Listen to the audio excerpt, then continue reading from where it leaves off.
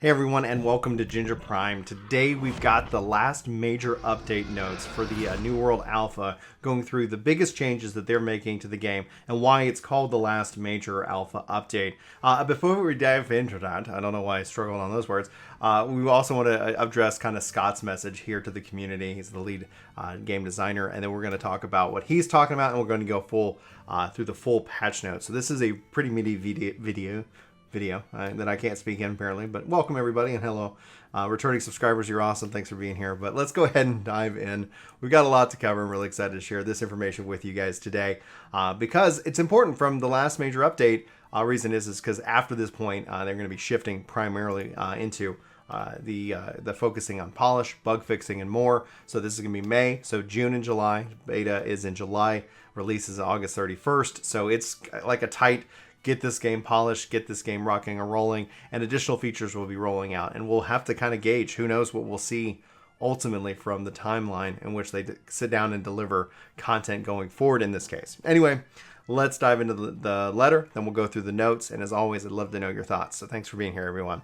Attention adventurers, we're extremely excited as we head towards the closed beta on July 20th. Our vision for New World is to create a game where PvP and PvE playstyles will not just coexist, but they will complement each other.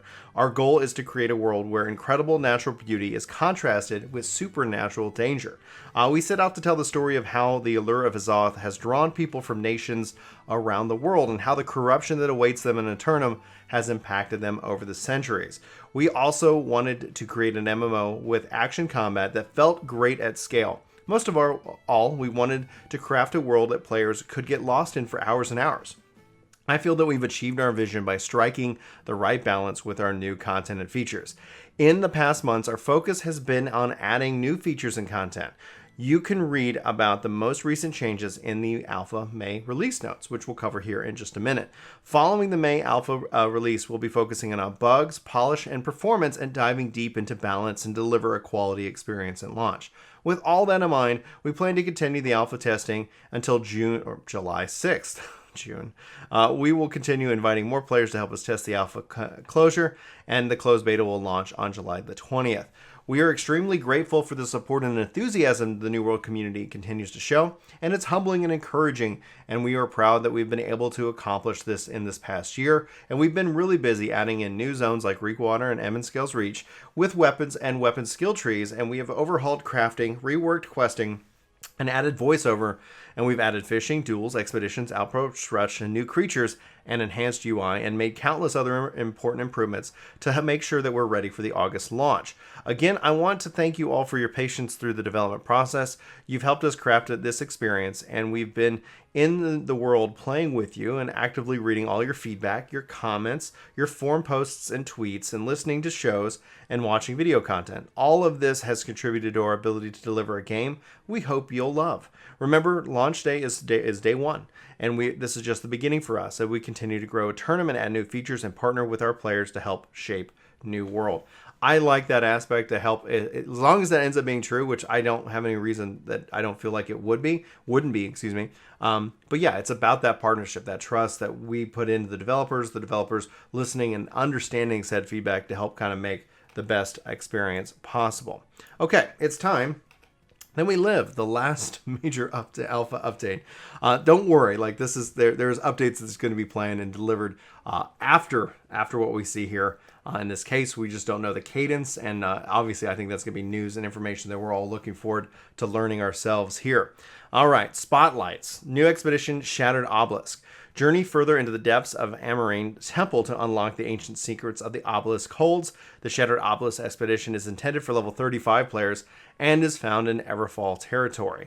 The obelisk boss encounters, you have Atalos the Relentless. This powerful mage has stood guard for untold eons, focusing intense arcane energies from the resonant structure of the obelisk to lay waste to intruders.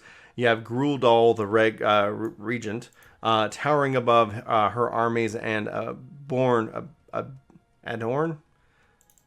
clothed in brilliant golden armor. This eternal protector of the obelisk treasures guards it from thieves and foolish trespassers alike.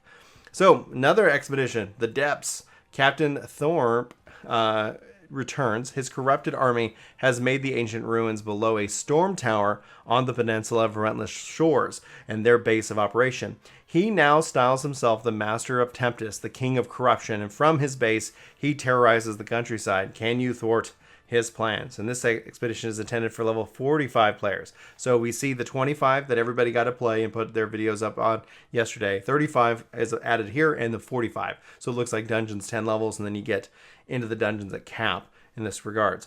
Depth boss encounters the Archdeacon Asmarella, a servant of Thorpe and the leader of his armies. Asmarella is a fanatical adherent and twisted corrupted doctrine and a conduit of destructive energies. And Commander Thorpe, having further embraced the corruption, Thorpe's attacks and abilities have significantly grown, making him a powerful agent of corruption and a deadly threat of a tournament and must be stopped. You see him here. And you see him as a part of, I guess, the main base game and as a part of the trailer too. So a key central figure, I guess, into the overall story. Player titles. This is an important collection minigame here. Certain activities such as completing specific achievements will now reward displayable titles. There are over 100 titles, and the player can choose to display any one unlocked title or choose not to display a title at all. When equipping titles appear above your character in the world, incorporating your character's name into the title. A title will fall into one of two categories. Account-wide, the title works on any character associated with your account. Character-bound, the title only works on the character that unlocked it. Discoverable fast travel points. Discoverable throughout a tournament, fast travel points are locations that allow players to fast travel from location to location at the cost of a Zoth. The further the distance, the heavier the load you are carrying, the higher the cost for travels. Once a player discovers a point, they can travel to that location from outposts and settlements. That's getting around in a tournament has been kind of the real key enemy, but one of the things of just like, yeah, if you want to go do that, there's a massive investment in time. It ends up taking planning and more that you end up having to go through. Anyway, general updates. Elite points of interest, POI, have been updated with new enemy encounters and have revised loot placements. Then you have resources and other distribution of resources have been remapped to each territory to pair better with the player progression. Corruption breaches have been converted to elite content with elite affixes now applied to key enemies in the encounter.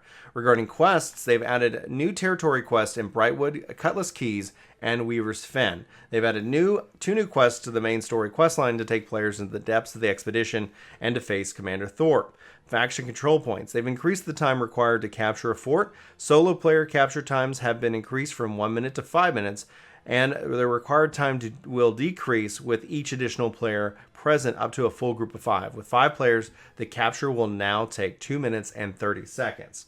Then additional participation limits to the area near the forts to ensure battles over faction control points don't hurt server performance. These limits ensure that only 25 people per faction may be near the same fort. Regarding housing and settlements now have tiers. Each tier of a house comes with different costs and a different set of benefits, with the most expensive houses conferring the greatest benefits. Tier 1, least expensive, house fast travel cooldown at 4 hours, max pieces of storage furniture allowed 1, max number of pets 5, max number of lights 4, territory standard required to purchase level 10. Then you have a tier 2 house, fast travel cooldown 3 hours, max piece of stored furniture allowed 2, max number of pets 6, max number of lights 6, territory standard required to purchase level 15. Tier 3, fast travel cooldown 2.5 hours, max pieces of storage furniture allowed 3, max number of pets 7, max number of lights 8. All of a sudden, like, are these houses any bigger? Because that's getting a lot of pets. You just crazy cat, Brian, I guess in this case. Tier 4, most expensive, fast travel cooldown 2 hours, max piece of storage furniture allowed 4, max number of pets 8, max number of lights 10, territory standard required to purchase level 20. Faction missions, removed gathering and crafting missions, and they reduced chest and kill count requirements to ensure players can find all targets that aren't required to wait on respawns. Removed mission board access in territories where a player has not reached the minimum level. They've optimized placement of mission POI target locations. Daily bonuses for the first 3 faction missions completed each day, and faction mission rewards have been rebalanced and focused more around gaining faction tokens. The faction rank changes. Faction missions now reward reputation and faction tokens.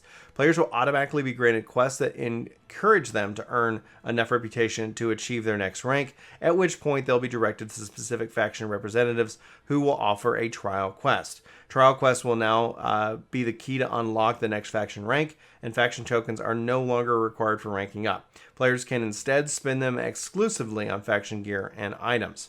Regarding XP and leveling, we've adjusted the leveling curves and rest experience to speed up leveling for casual players, and we introduced new ways of gaining XP. The XP per level curve has been adjusted to increase the rewards of doing quests lower than your level. So increase the rewards for doing quests lower than your level has been changed. The XP for killing monsters has been adjusted. Gold and silver bordered monsters now grant more XP when killed. Expedition quests now grant significantly more XP. Territory standing levels now grant experience when acquired. The number of XP bonus cards in a territory can grant when leveling up has been limited and capped to providing a maximum bonus of 10.3%. Faction missions have had their experience rebalanced to match the new leveling curve. They've added a new daily bonus of up to 200 XP for the first 3 faction missions completed. So there we go, dailies, everyone. Unique point of interest now grant more experience when revealed. Gathering trade skills now grant experience per level gain. Smelting trade skills now grant experience per level gain. Crafting trade skills now grant experience per level gain. And journal pages now give increased experience based on the total number found.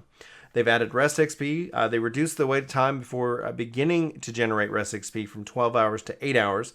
They raised the cap of total rest XP from 100% of a level to 150% of a level. They decreased the rate at which XP is gained from 2% per hour to 1% per hour. And the rest XP now works on all sources of XP. Leveling milestones. Bag slot 1 is now unlocked at level 10 instead of level 1. The ring slot is now unlocked at level 20 instead of level 10. And the earring slot is now unlocked at level 40 instead of level 20. Quest and projects. They've adjusted the PvP flagged rewards to incentivize PvP activity and provide more meaningful rewards for endgame players. You will now gain experience, faction tokens, and item rewards when you kill a player. The rewards are based on how long the player has been alive while flagged. Players only drop rewards after a minimum threshold. Remove the 10% experience increase given while being flagged. Darkness events no longer give faction tokens. They've updated the town projects to add a town maintenance category that ensures there are always some projects available to players. The town maintenance missions are always available and giving normal rewards with no project points. Town maintenance has some unique missions requesting various cooking and potion ingredients, as well as some more extensive fishing related ingredient requests. All other projects have been added are a smaller set of food and potion related missions. Gold rebalance. We've adjusted the way that players earn coin to make the quest and the other one-time activities a big source of wealth, while reducing coin from other sources. So they decrease the gap in earning gold from lower levels to higher levels. They've added a maximum gold cap of players of 500,000, and they've added a maximum of gold cap of companies of 5 million. Gold resources. It's interesting. I wonder if they're going to change it from gold to, because they're calling it coin here, and now they're calling it gold, which would be great. I think coin is kind of a weird name. Players will earn a larger percentage of gold from quests, expeditions, wars, invasions, and the daily 3 bonus rewards from faction missions. Players will earn a smaller percentage of gold from killing creatures, faction missions, and corrupted breaches. Creatures now have a chance to drop coin instead of a guaranteed drop. Gold costs. Housing no longer increases the cost base for the first, second, and third house. They now increased in cost based on the quality of the house, with prices of 5K, 10K, 15K, and 20K based on their tier of the house. The base housing tax has increased from 5% to 10%, and coin costs, gold, like they're just interchangeable. Coin costs for repair have been reduced roughly by 50%, and coin costs for repair have been reduced roughly by 50%. Listed twice. I read it twice. Yeah. Loot and gear. Increased cooldowns for large chests and elite POI from 1 hour to 24 hours. Added more named weapon drops to discover throughout a tournament, including 260 weapons and trinkets and 130 named monsters in the open world.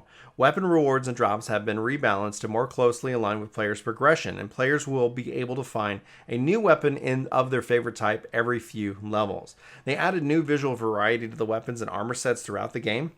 This includes many of the armors dropped by open world enemies and elites at POI. They changed the specific weapon, hey, I got that right, rewards for quests in starting zones to ensure that new players get a chance to try a wider variety of weapons early on. Dropping items. When players drop items from their inventory, the contents are now visible only to that player. The items will stay in the world for 3 minutes to give players a way to organize their backpack, and after 3 minutes, the items will disappear forever. It's a bummer that other people can't pick them up. I did appreciate that aspect. Players who previously relied on dropping items for trading can now use the secure player-to-player trading system instead. Turning orbs. To increase the rewards of expeditions, I guess it also then makes you prevent people from just like littering essentially with loot and gear, etc. But I don't know. And to increase the rewards of expeditions, we have gated entrance to expeditions on one party member having a turning orb. Turning orbs will be given to each expedition quest and can be crafted from materials found around a turnum. Turning orbs can be crafted with the stone masonry skill. Turning orbs have a limited numbers that can be crafted per week. Turning orbs for the highest level expeditions have lower amounts of crafts per week. Experience is for one-time repeatable expeditions have been greatly increased. High-level turning orbs will require more resources, including drops from high-level elite POI chests.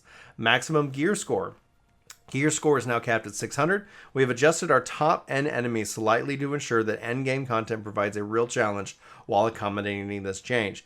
Crafting resources and consumable buffs, trophies and armor buffs, and lifestyle buffs have all been retuned and to accommodate this change.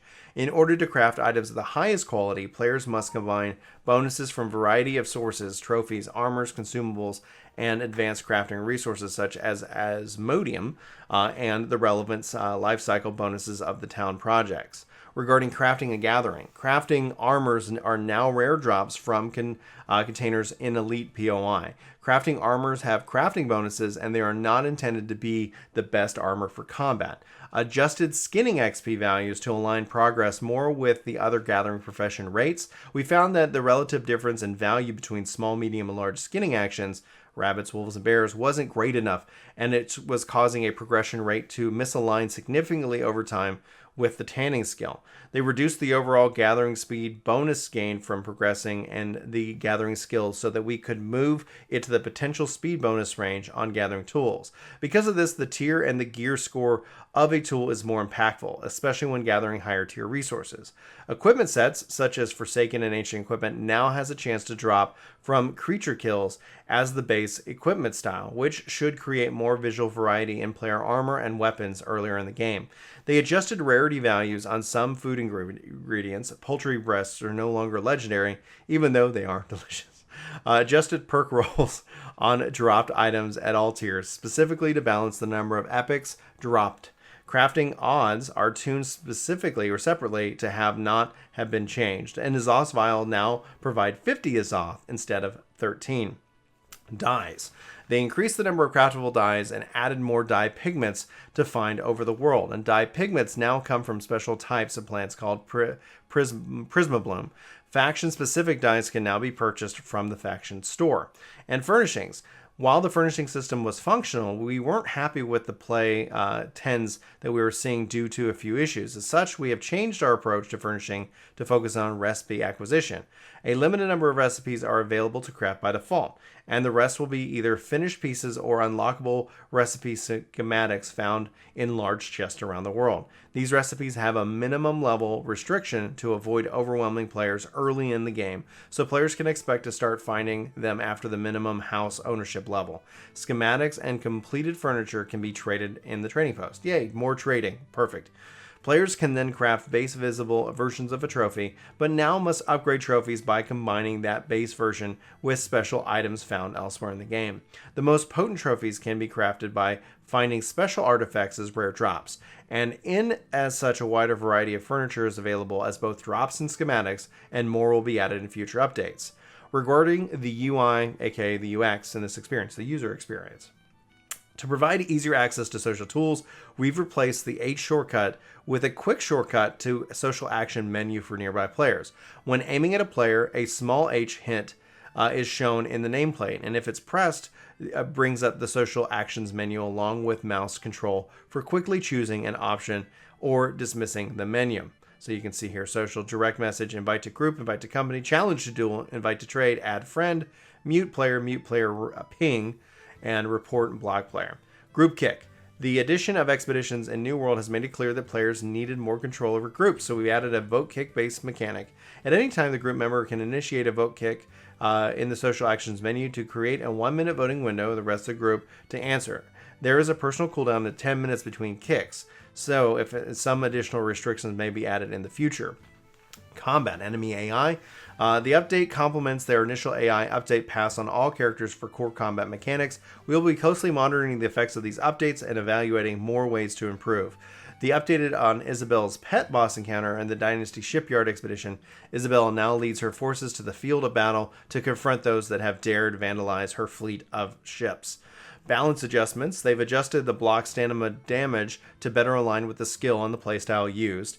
They've adjusted the base damage critical chance and critical damage multiplier of all weapons to make sure that they have notable differences and a base level stat.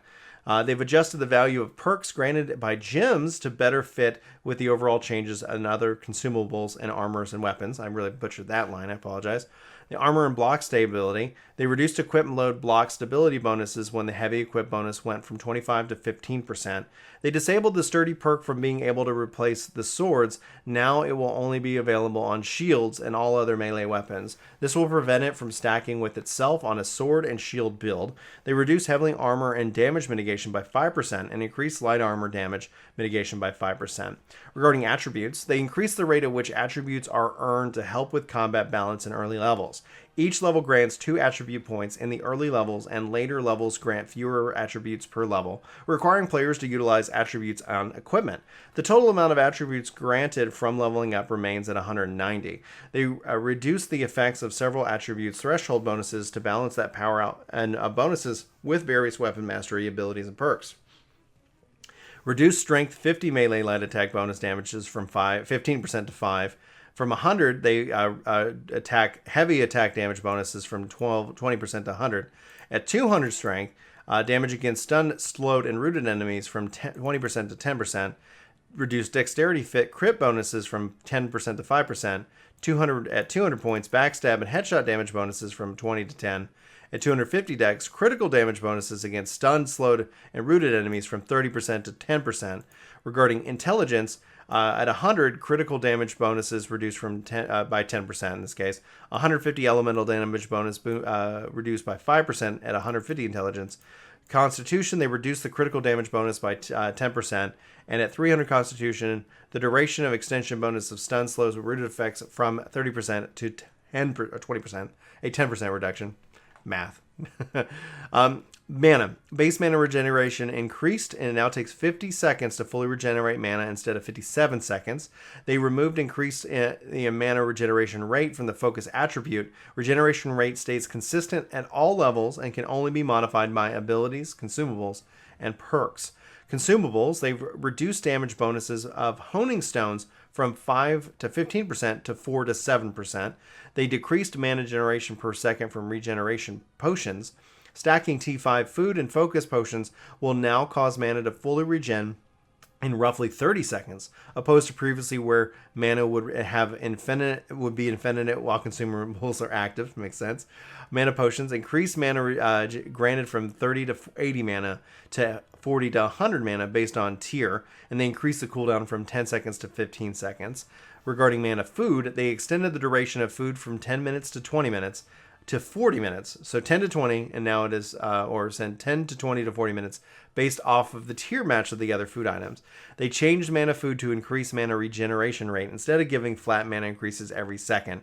They increased the granted mana every second for the duration of the status effect, and mana food now increases mana regeneration rate based on tier. And focus potions, they decreased the additional mana granted per second from focus potions. Previously, focus potions were too strong and would deal negate all mana loss, and they extended the duration from 30 seconds to 60 seconds. Straight Sword and Shield, increase attack damage for basic attacks in multiple abilities. They reduce base block stability range for round, kite, and tower shields by 10 to 25% depending on the shield type and tier. They reduce the damage bonus of several passive abilities that would cause light attack spam to be too powerful, and they reduce stamina regeneration for several abilities when blocking ranged and melee attacks. Regarding the Hatchet, they increased attack damage for basic attacks and multiple abilities. They reduced block stability by 10%, and they adjusted damage and cooldowns by several weapon mastery abilities. The Rapier has increased the attack damage for light attacks and heavy attacks, and they increased block stability by 13%. The Spear has adjusted its damage for basic attacks and several spear abilities, and they reduced block stability by 8%. The Warhammer, they adjusted the attack damage for basic attacks and several abilities. The Great Axe, they adjusted attack damage for basic attacks and several abilities. For the Bow, they increased heavy attack damage. The Musket, they adjusted damage for multiple abilities. And Life Staff, they increased the heavy attack damage, increased the block stability by 33%, reduced mana cost of many abilities due to focus no longer increasing mana regeneration rate. The Fire Staff increased attack damage for heavy attacks and several abilities. They adjusted the mana cost and cooldown of several of their abilities. And the Ice Gauntlet, they increased the attack damage from heavy attack and the Entome Break ability, and they set block stability to a flat 30% instead of having it scale off of tiers. And we get some really cool looking screenshots here in in this whole thing. So this is just some beautiful work here, guys. That's going to wrap it up. Honestly, at the end of the day, I really appreciate you being here. Hopefully you enjoyed today's video. Lots to cover, lots more to be coming here for New World on the channel. If you like this video, if you feel like airing it, I love it if you hit that like button, hit the subscribe button, maybe check out the other videos we have here on Ginger Prime. But that's going to wrap it up for me, for Brian. It is what it is. Love you guys, love your faces. Hopefully you have a great day. Hope to see you in my next one, but until then, take care.